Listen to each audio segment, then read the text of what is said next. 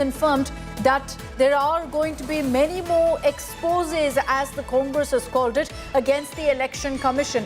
Now, here's what we're picking up on the inside track of what played out in a Congress huddle. Rahul Gandhi has said that there are around 70 seats which Congress lost with a margin of less than 50,000 in Lok Sabha constituencies. The Congress is working on these constituencies to see if these BJP victories are genuine. And so Rahul Gandhi in Faces will be putting out details of this. Remember that Rahul Gandhi just today, when asked about his vote chori allegation, claiming elections are rigged and whatnot, he said, "Picture abhi baki hai." Now, it looks like there's going to be an atom bomb 2.0 in Rahul Gandhi's words. The first one last week was, of course, when Rahul Gandhi had alleged discrepancies in the voter roll in places like Mahadevpura of Karnataka. He referred to the 2024 election results in several parts, Haryana, Maharashtra, Karnataka. Now, reportedly, the Congress is working on a more extensive list, which they say will be released face-wise. In all, we're hearing in about 7 to 8 phases, Congress will be putting out data which they believe speaks volumes of what they call as vote chori taking place in seats. And we understand about 70 seats the Congress has narrowed it down to, where they've lost at a margin of less than 50,000 votes again in the 2024 elections. Rahul Gautam is joining us with more details on this. Rahul, we understand that there are many more, in Rahul Gandhi's words, atom bombs to come from the Congress. Well, there was a very intense discussion that took place at today's meeting, which was headed by Rahul Gandhi and attended by Mallikarjun Kharge and many senior leaders. And at that point of time, Sachin Pilot said that, we should look into the actual details and should not, get into this fact that if some people have lost elections because of their own failures and now they are blaming vote chori, to which Rahul Gandhi has said that, there are around 70 seats that we lost around with a margin less than 50,000. And therefore, we are looking into the BJP victories in these seats. And once the data is out, and therefore, then we will be taking an action. See, we have to really understand that the entire opposition is up in arms against Election Commission. Rahul Gandhi is convinced that the 2024 mandate was actually stolen by BJP. And in fact, this is happening at the behest of the BJP by the Election Commission, and the entire exercise is being programmed in a way that it actually benefits the ruling party. So clearly, you can expect that in coming days, the Congress party will be doing press conferences. They will be releasing data about these 70 constituencies wherein the Congress candidate lost to BJP candidate by less than 50,000 margin. And clearly you can expect that this is again going to be flashpoint, because we all know when Rahul Gandhi gave data for Mahadevpura, which comes under Bangalore Central seat, at that point of time, ECI and BJP, they both had gone aggressive and had gone hammer and it's become the biggest political talking point. So that set the stage, according to the Congress, for many more such exposés, which we will track very closely. Thanks, Rahul, for joining us.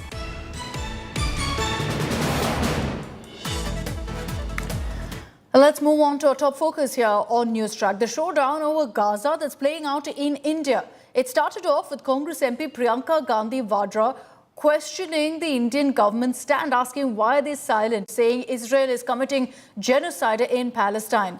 You immediately had a response that came in from the Israeli envoy as well, who hit back at Priyanka Gandhi, countering her claims with figures. Reuven Azar said and lashed out at Priyanka Gandhi, referring to what she said as deceit. Let's first get your details of this war of words that played out, and then we'll decode this further for you.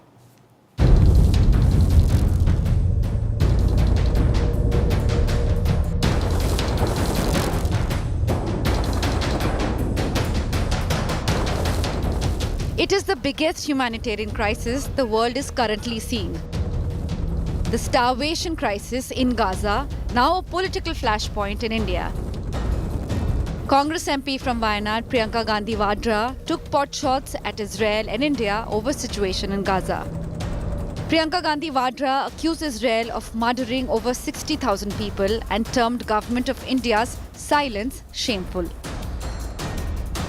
Priyanka's this post did not go down well with the Israel embassy in India.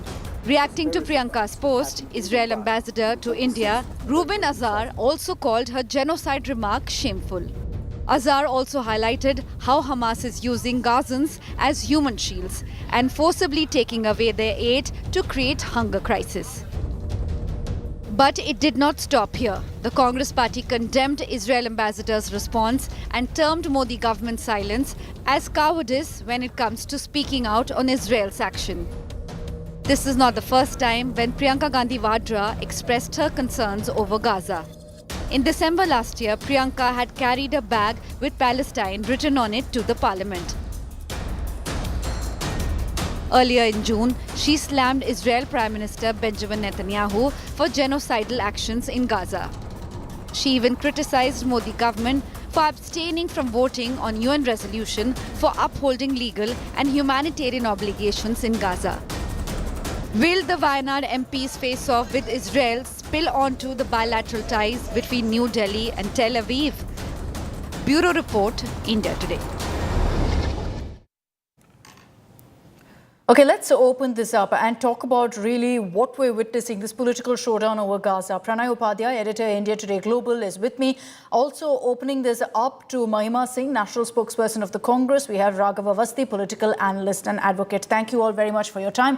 Pranay, I'd like to begin with you to put a couple of things in context. First, on what really India's stand has been on what's playing out in Gaza. Priyanka Gandhi says the government has been silent. Has there been any statement that's really come in from the government of late? There has been many statements, Akshita, here, because if you see, during the course of last 2 years of this conflict, there have been many statements by the government of India. And government of India has always, as far as India as a state is concerned, right from the United Nations to various other platforms, India has expressed concern, and India has always, be it Russia-Ukraine conflict or be it the Israel-Hamas conflict, India has always advocated a peaceful solution and a resolution of a conflict through diplomatic means and through diplomatic talks. But as far as this humanitarian crisis is concerned, India has sent the humanitarian aid to Gaza. Also, India has also extended its help in case of any possible solution as far as the conflict is concerned. And India has also expressed its concern on the humanitarian crisis in Gaza city. But as far as, there are many other aspects of it because India has strategic relation with Israel. And even, during the discussion, recent discussion in United Nations for a ceasefire, India did vote in favor of a ceasefire. Though in previous some resolutions, India did abstain to express solidarity, some kind of a solidarity with the Israel. But yes, India has always in favor of the two-nation solution, the two-state solution. And India is out of South Asia and Asia. India is the first country to recognize Palestine as a state. All right. Thanks, Pranay, for joining us and giving us that much needed clarity. Let me bring in now Mahima Singh as well as Raghav Avasthi. Mahima Singh, to you first. What really is the Congress's contention here? Because as Pranay has told us, India's stand really on what's happening in Gaza and what's playing out between Israel and Palestine is also very clear. Jai Hind, I don't think it is ambiguous what the Congress party's stance is and what has it been ever since this situation first arose, during 80s. And I must remind you of Desmond Tutu's words here before I take you any further on our stance. Desmond Tutu says, Akshita, that if you're neutral in situations of injustice, you have chosen the side of the oppressor. Now, I was listening to your political editor, and he says that India has expressed concerns. In what language have we expressed concerns? Is that language clear enough? Have we given out a message clear enough to the world that we are against this sort of humanitarian crisis?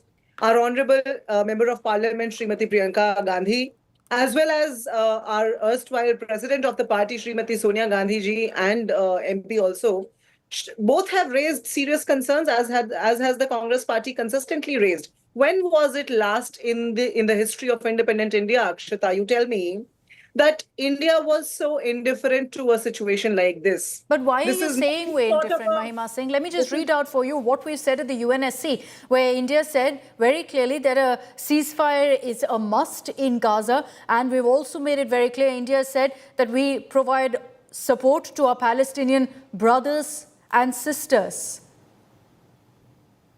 The news coming in every day, Akshita, from from thousands and thousands of deaths of women and children, then humanitarian aid workers, and now journalists. We do not see a stance clear enough from the Indian government as it should have been. We must Okay. remember that India was one of the first countries to have recognized, one of the first non-Arab countries for that matter, to have recognized Palestine as an independent state in 1988. And ever since, every forthcoming government has maintained that stance, has stood up. Now, what do you expect of a government that doesn't stand up against what's happening in Manipur only? I mean, we have a genocide happening in our own country, and it's been more than 2 years, and the government chooses to stay mum. So, no wonder that when it comes to Palestine, the government is complacently being very quiet because it doesn't want to call out a spade a spade. Okay, We have seen the Raghav government Avasthi, your and prime opening ministers- comments. The Congress is alleging here Yeah. that India is refusing to take a clear stand condemning the humanitarian crisis in Gaza. What do you think? So the thing is that from whatever little I know of the history of foreign affairs, post-Westphalian nation states act in their own interest. And foreign policy is not based on any teleological or ideological consideration. In this case, what seems to be happening with Ms. Vadra is that she seems to be catering to a specific vote bank, and she's well within her rights, honestly, to do that. I don't mind that. Having said that, I'm not so sure as to what is being referred to as Palestine here, because there is Gaza and there is West Bank. From whatever little I know of the conflict, West Bank is ruled by Fatah, which is the successor of the PLO, while Gaza is ruled by an organization called the Hamas, which is basically engaged in the suppression of political opinion. And it also jails dissenters, and its record when it comes to human rights is not ideal.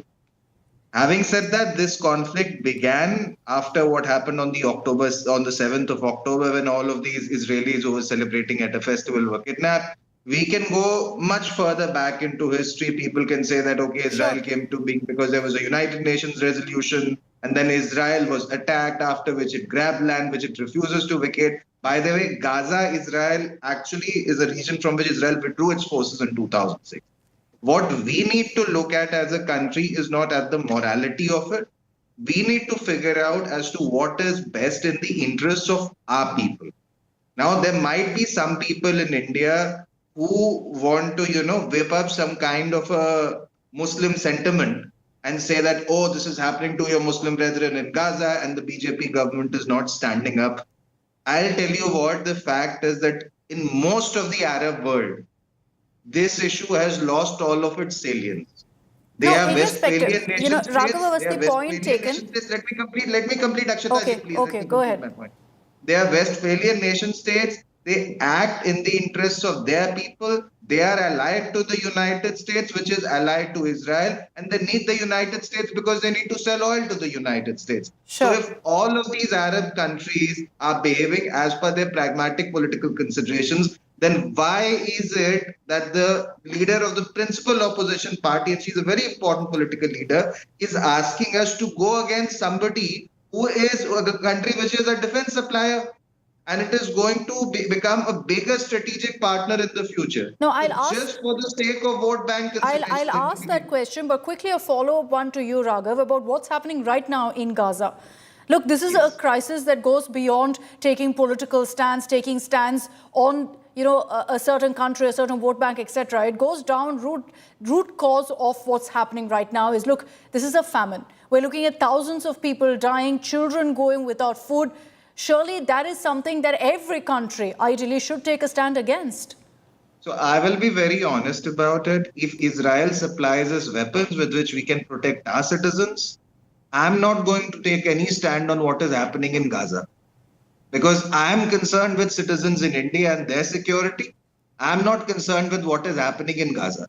That's my simple point. If Israeli military technology is helping us fight Pakistan, so be it. I'm very happy with it. I have no interest in embarrassing In Gaza our defense suppliers. And this is exactly the reason why there are so many Arab countries for whom the United States is a big consumer of their crude oil. Okay, So okay, they are also sitting silently. So why is it any of our business ultimately? It's not our okay. business. Okay, Our that's business your view. is the That's your view. security and prosperity of our citizens. Okay, And I your think view is clearly India I first, will also make one more irrespective. last point. Yeah. Even when Dr. Manmohan Singh was in power, a similar policy was followed because thankfully foreign policy, irrespective of who the prime minister has been in India, has not been hostage to Okay. vote bank considerations. And last point, please. Jawaharlal Nehru ji recognized Palestine because at that time the thinking was that Israel was a Western implant in that region. So he was following the principle of Afro-Asian solidarity. Okay, Now, Afro-Asian no, let me solidarity, bring in Mahima non-alignment, Singh, everything please. is Let me bring there. in Mahima Singh. We She's have to waited very follow what is in patiently our for her interest. turn. She's waited very patiently for her turn. Mahima Singh, go ahead. What do you say to the allegation that, look, this is vote bank politics being played by the Congress and hence the Palestine sympathy? Akshita, I want to quote the senior humanitarian affairs official, Mr. Ramesh Rajasingham from Geneva, who has said that this is no longer a looming hunger crisis. This is starvation, pure and simple. Since July 1st, 37 children have died of hunger. In total, 98 children are reported to have died from starvation. This apart from 60,000 and another thousands and thousands that have been eliminated. It's a plain ethnic cleansing that's happening there. And then to hear from, although it's a sorry state of affairs that you do not have an official BJP spokesperson on your show to talk about such a serious topic. Of course, that explains the BJP's eerie silence on this humanitarian crisis and injustice happening in the face of humanity, and the BJP chooses to sit on the edge. But you have, unofficial representative covering up for No, the Mahima Singh, BJP please just make in your... a way. No, make your But point, please. just let me. Yeah. No, it is a part of my point. Why do you think that this is not what my point is? It is very much my let's point not that there resort is to no targeting representative. co-panelists, but It Mahima is Singh, very go ahead. What's your response to a it is question I raised I will. about whether this is vote bank politics, what Raghav Avasthi mentioned? It takes a very cold soul to be able to make remarks as he has made. And I don't think I am at a place to condemn or to support. I do not know in what capacity is he. He may be there in an independent capacity. I would have liked to respond if it was a BJP spokesperson, which you do not have, which explains Ms. Priyanka Gandhi's remarks, which explains the Congress's contentions Okay, about simply BJP put, deafening silence on Mahima this Singh, simply issue. put, let's mention Raghav Avasthi as a citizen voice. Now, what is the Congress's response to the citizen voice who says Why should India I? first? Why should I take a polarized voice and a cold stance as a citizen of India's voice? I talk to thousands and thousands A of people citizen voice. on Mahima, a weekly basis, Akshita, and I don't think this voice resonates with any. Today, against a Supreme Court order, you have seen the kind of protests, happening out on streets, and we have seen on the other side also. There's an order against street dogs, and people are speaking. Okay, children are dying. When we feel for children dying in India, dying of dog attacks, why are we not feeling for children dying in Gaza, Palestine, at behest of another nation which has a powerful army? Today, okay. Iran is warning. It is a global crisis in making, Akshata, and Indian government choosing to stay silent is no less than being hand in glove in that crisis being made. Okay, all right. Raghav Avasthi, quickly, your comment to this. Essentially, Mahima Singh saying, I'm look, you not have going to to put respond humanity to first. comments about my capacity. It's frankly useless to respond to a briefless lawyer. I have so many reported judgments that I don't feel like responding. Having said that, what I will say is this. Ultimately, as Humphrey Appleby very famously puts it in Yes, Prime Minister, the history of the world, unfortunately or fortunately, is a history of the triumph of the heartless over the mindless. This is how it has always been. And to hold foreign policy that has an impact on the lives of 1.4 billion people, and as Shashi Tharoorji put it very well recently, foreign policy is now not an arcane concern because the price of the food on your table ultimately also depends on the kind of foreign policy you follow. My question to all the Congress spokespersons is simple. If the Arab states, where the population is almost entirely Muslim, they are not concerned with what is happening, then why is it that we should be concerned? Ultimately, if they are following pragmatic economic considerations, we should also follow pragmatic economic considerations. Okay. And my heart bleeds for every innocent soul. Unfortunately, as an Indian, my heart bleeds a bit more for Indian people than it does for people in Gaza. Okay. Or people, or even the hostages that were taken. Okay, quickly, and Mahima if we want Singh. to debate the morality of it, we have all seen how I'm running out what of the time. kind of treatment was that was meted out to the hostages. Okay. The manner in which this woman who was killed, her body was lying on the truck. So those images were also horrific to me. Having said Okay. that, and Mahima Shashi Singh, I don't have Tharoor time. very I don't have correctly time. Raghav pointed out, Awasthi, foreign I policy have to cannot be run I have to as a- allow Mahima as a Singh to make her morality closing running comments. Mahima committee Singh, on quickly, what please. other people do. Akshita, I would plainly say that this government must show some mettle, come forward, Okay. keep up the global policy standards that the erstwhile governments have left as a legacy for this government to carry forward, and not appear. The world is watching how the government is treating its own people in Manipur. Let the world not take forward, that image of my country, which it has not been like. France came out, UK came out. Today, Australia has come out, Okay. but the country that first stood with Palestine seems to be sitting on the edge, and that is certainly not an ideal picture that I would like to see of my country's Okay, global diplomatically speaking, as far as India's stand goes, we've made it very clear that we are for a two-state solution. But thank you very much, Raghav Awasthi and Mahima Singh, for your time and for joining us here on NewsTrack. Before we wrap this up, quickly, let's cut across to breaking news coming in.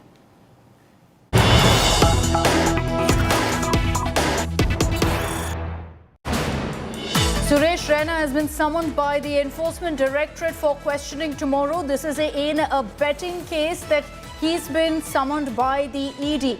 India Today had, in fact, reported just a couple of days ago that Suresh Raina is under the scanner of the Enforcement Directorate in a betting case and that he will be called for questioning very soon. There have been several celebrities, cricketers, actors who've been summoned by the Enforcement Directorate for their link and tie-ups with betting apps, largely in going ahead and advertising these apps, which the ED maintains is illegal to run in the country. So there are questions here of proceeds of crime going in as fees for these celebrities, cricketers and actors. In some cases, it's just over why they're associated with these illegal apps. But Suresh Raina to appear before the Enforcement Directorate tomorrow. We will track those updates.